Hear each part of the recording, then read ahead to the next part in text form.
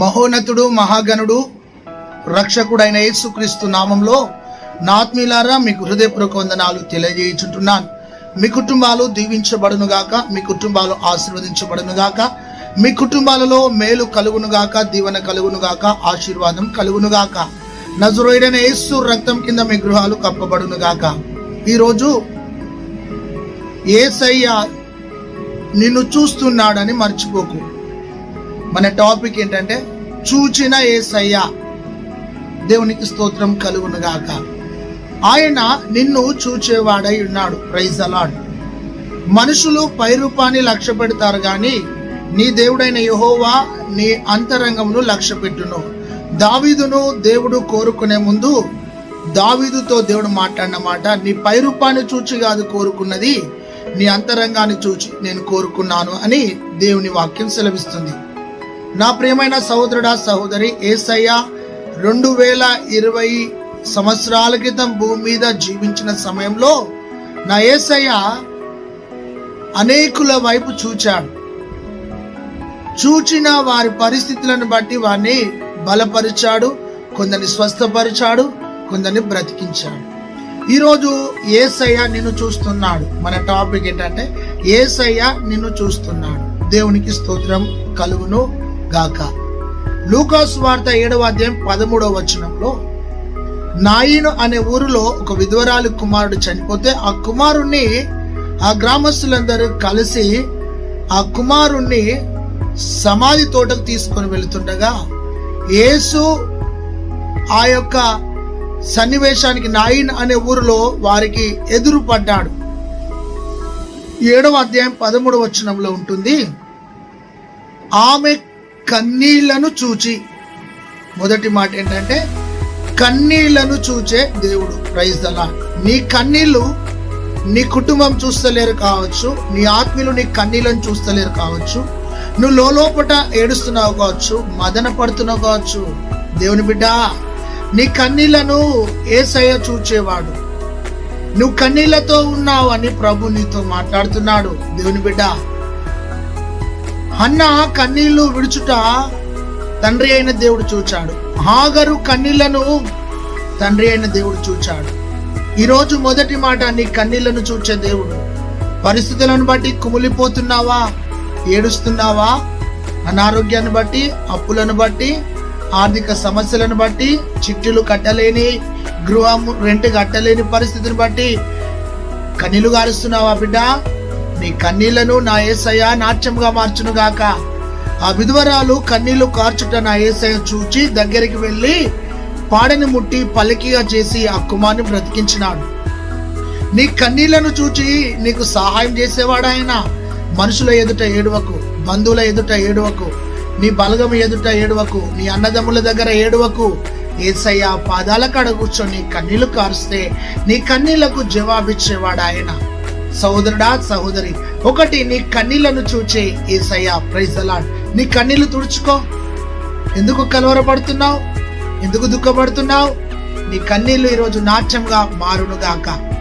రెండోది, సహోదరి సహోదరుడా, మార్కు సువార్త 6వ అధ్యాయం 48వ వచనం, నీ కష్టమును చూచే దేవుడు. దోణె వెళుతుంది, దోణెను నడుపుటకు మిక్కిలి కష్టపడుతున్నారు. దోణె నీ కుటుంబ జీవితం, దోణె నీ ఆత్మీయ జీవితం. నీ దోణెను నడపలేని పరిస్థితిలో నీవు ఉన్నావు. ఎంతో కష్టంగా నీ జీవితం అనే దోణెను నడుపుతున్నావు. ఎంతో ప్రయాసపడి నీ దోణెను నడుపుతున్నావు. నీ దోణె అనే కుటుంబం ముందుకు వెళ్ళలేని పరిస్థితిలో ఉంది. నీ సొంత ప్రయత్నం చేత, నీ సొంత తెలివి చేత నువ్వు ఎంతో కష్టపడుతూ నీ దోణెను నడిపిస్తున్నావు బిడ్డ. నీ దోణె ముందుకు వెళ్ళలేని స్థితి, నీ దోణె అనే కుటుంబము మునిగిపోతున్న స్థితిలో ఉంది. నీళ్ళ చేత దోణె నింపబడ్డది. శిష్యులు ఎంతో ప్రయాసపడి ఆ దోణెను నడుపుతున్నారు కానీ దోణె ముందుకు వెళ్ళలేని స్థితిలో ఉంది.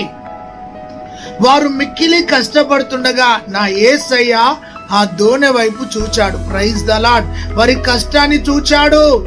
ఈ రోజున నీ కష్టాన్ని చూచే దేవుడు ఆయన.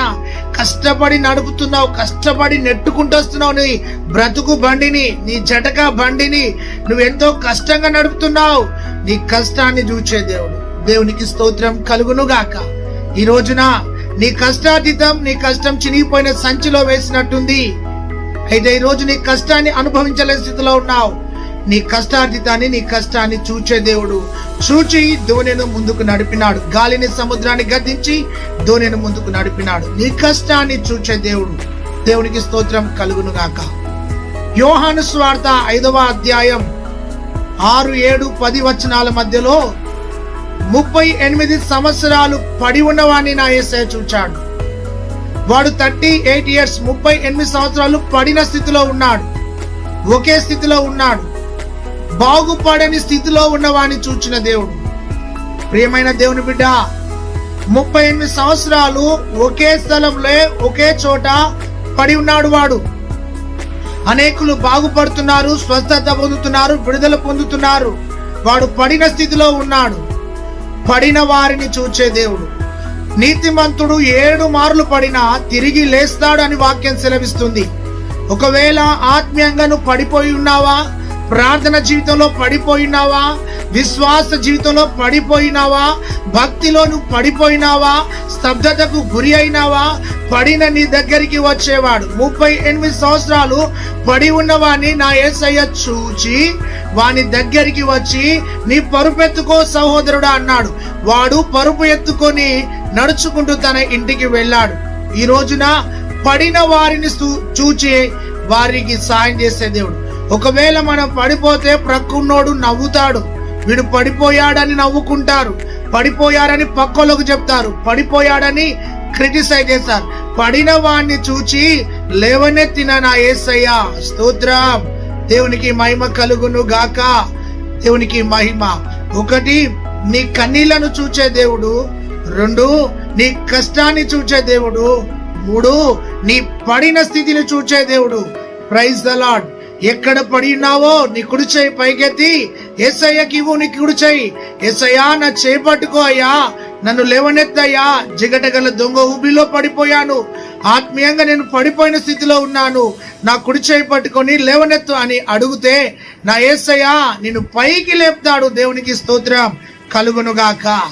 4, మార్కు సువార్త 2వ అధ్యాయం 5వ వచనం. మార్కు సువార్త 2వ అధ్యాయం 5వ వచనంలో పక్షవాత రోగంతో ఒకడు పడిపోయి వాడుంటే వాని మంచాలు ఎత్తుకొని కపెర్నహూములో యేసయ్య ఒక ఇంట ఉన్నాడని విని వారు పైకప్పు ఎక్కి పైకప్పును తీసి యేసయ్య ఉన్న స్థలములో దింపగా యేసయ్య వారి విశ్వాసమును చూచి, ఒక మంచి మాట దేవుని బిడ్డ, నువ్వు వేసుకున్న బట్టలను చూడడు, నువ్వు వేసుకున్న బంగారాన్ని చూడడు, నీ కులాన్ని చూడడు, నీ చదువును చూడడు, నీ తెల్లదనాన్ని చూడడు, నీ హైట్ను చూడడు, నీకున్న రూపును రేఖలను చూడడు. నా యేసయ్య నువ్వు ఏ కులంలో పుట్టినావు, ఎంత ఆస్తి సంపాదించినావు చూడడు బిడ్డ. ఆయన నీ విశ్వాసాన్ని చూచే దేవుడు. Praise the lord. యేసు వారి విశ్వాసాన్ని చూచి, నా కుమారుడా నీ పాపాలు క్షమించబడ్డాయి, నీ పరుపెత్తుకొని నడుమన్నాడు. యేసయ్య ఈ రోజు నిన్ను చూస్తున్నాడు బిడ్డ. నీ కుటుంబాన్ని చూస్తున్నాడు, నీ దీన స్థితిని చూస్తున్నాడు, నీ కన్నీటి స్థితిని చూస్తున్నాడు, నీ ఒంటరి స్థితిని చూస్తున్నాడు, నీ దుఃఖకరమైన స్థితిని చూస్తున్నాడు, నీ ఓడిపోతున్న స్థితిని చూస్తున్నాడు. ఒకవేళ అనాథగా ఉన్నావా, నీ స్థితిని మార్చేవాడు ఆయన. Praise the lord. 1, ఆయన కన్నీళ్లను చూచాడు. 2, కష్టాన్ని చూచాడు. 3, పడి ఉన్నవాడిని చూచాడు. 4, నీ విశ్వాసాన్ని చూచే దేవుడు. దేవునికి స్తోత్రం. విశ్వాసము వలన గొప్ప కార్యాలు, శూర కార్యాలు మనం పొందగలుగుతాం. దేవుడు ఈ రోజు నీతో మాట్లాడుతున్నాడు. నీవు ఆయనను కదపాలంటే విశ్వాసం ఉండాలి. 12 సంవత్సరాల రోగి యేసయ్య దగ్గరికి వచ్చింది. రాళ్లతో కొట్టి చంపేస్తారు. తెగింపుతో యేసయ్య దగ్గరకు వచ్చింది. 10 మంది కుష్ఠరోగులు సమాజంలోనికి వచ్చారు. రాళ్లతో కొట్టి చంపేయాలి, అయినా తెగించి యేసయ్య దగ్గరికి వచ్చింది. దేవుని బిడ్డ, ఒక పాపి తెగించి యేసయ్య దగ్గరికి వచ్చింది. విశ్వాసంతో వచ్చే వారిని హక్కున చేర్చుకునే దేవుడు, ఆదరించి ఆశ్రయం ఇచ్చి ఆధారముగా నిలిచి స్వస్థపరిచి విడిపించే దేవుడు నా యేసయ్య. దేవునికి స్తోత్రం. 5, మార్కు సువార్త 6:34లో గొర్రెలు చెదిరిన గొర్రెలను చూచిన దేవుడు అంట. దేవునికి స్తోత్రం.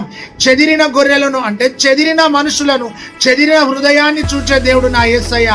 ఈ రోజున చెదిరిన మనసుతో ఉన్నావా, నలిగిన మనసుతో ఉన్నావా? కృంగిన మనసుతో ఉన్నావా? గాయపడ్డ మనసుతో ఉన్నావా? ఎలాంటి పరిస్థితిలో ఉన్నావు? ఆయన చెదిరిన గొర్రెలను చూచినాడంట. వారు చెదిరిన గొర్రెల వలె ఉన్నారు అని నా యేసయ్య వారిని చూచాడు. గొర్రెలు విశ్వాసులకు గుర్తు, మేకలు అవిశ్వాసులకు గుర్తు. గొర్రెలు కుడివైపు ఉండాలి, మేకలు ఎడమ వైపు ఉండాలి. గొర్రెల కోసం ప్రాణం పెట్టడానికి వచ్చాడు. నా గొర్రెలు నా స్వరము వినును, అవి నన్ను వెంబడించును అన్నాడు.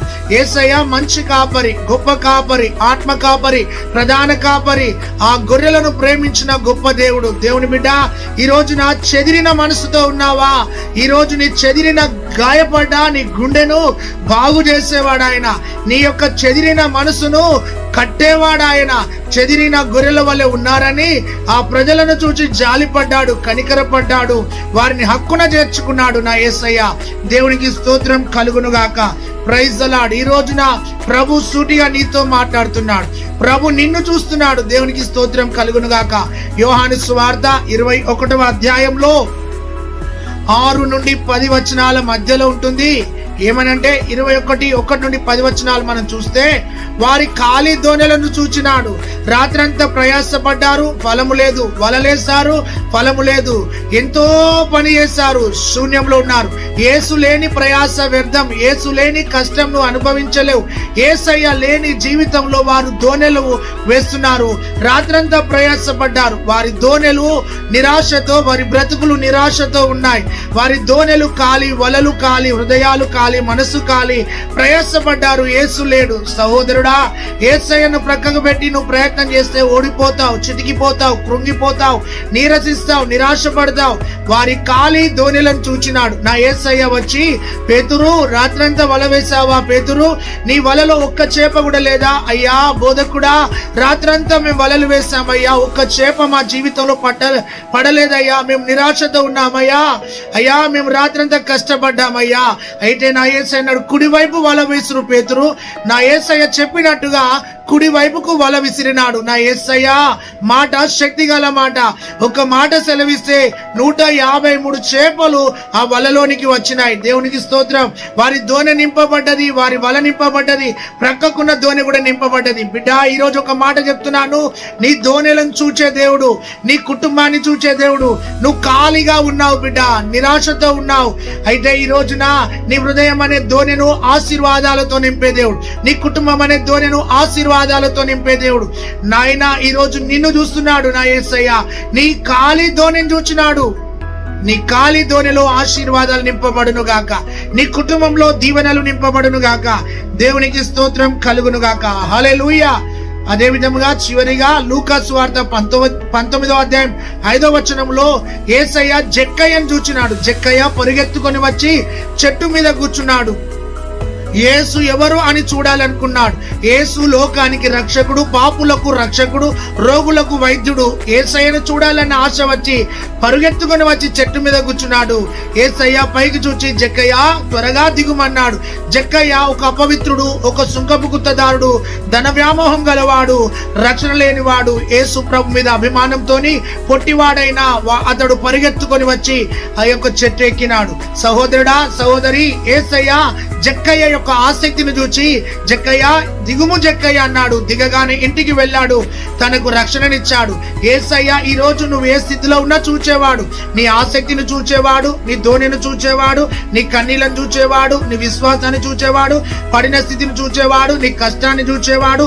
చెదిరిన మనసుతో ఉన్నావా? చెదిరిన వారిని చూచేవాడు. ఈ రోజున మార్క్స్ వార్త 10:21లో అతడొకడు పరిగెత్తుకొని వచ్చి యేసు పాదాల దగ్గర కూర్చున్నాడు. మోకరించి, యేసయ్య నిత్య జీవానికి వారసునన్నాడు. ఆయన హృదయాన్ని చూచే దేవుడు. సహోదరుడా, నీ హృదయంలో ఎంత వేదన ఉందో, ఎంత బాధ ఉందో, నీ హృదయాన్ని చూచేవాడు, నీ హృదయాన్ని బాగు చేసేవాడు. ఈ రోజు యేసయ్య నిన్ను చూస్తున్నాడు అని మర్చిపోకు. ఈ మాటలు నీ హృదయంలో భద్రపరచబడును గాక. పరిశుద్ధుడా, ఈ వాక్యాన్ని నీరు కట్టి ఫలింపచేయని. నువ్వు చూచే దేవుడు, మా పరిస్థితులను చూచి మాకు సహాయం చేసి మేలు చేయమని యేసు నామములో ప్రార్థిస్తున్నాం తండ్రి. ఆమేన్, ఆమేన్.